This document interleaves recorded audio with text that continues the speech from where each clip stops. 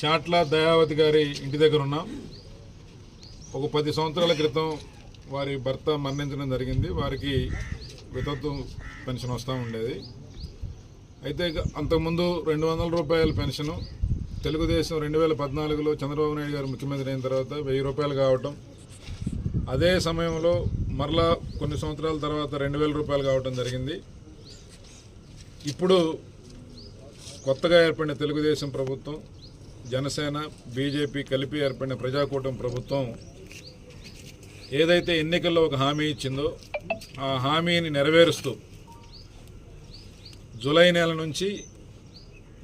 1వ తారీఖు ఏప్రిల్ నెల నుంచి పెంచిన పెన్షన్ని, ఏప్రిల్, మే, జూన్ పెంచిన పెన్షన్ని పాత 3 నెలల బాకీలు కూడా కలిపి జూలై 1వ తారీఖు 7,000 రూపాయలు ఆ వితంతు మహిళామ తల్లికి ఇస్తామని చెప్పి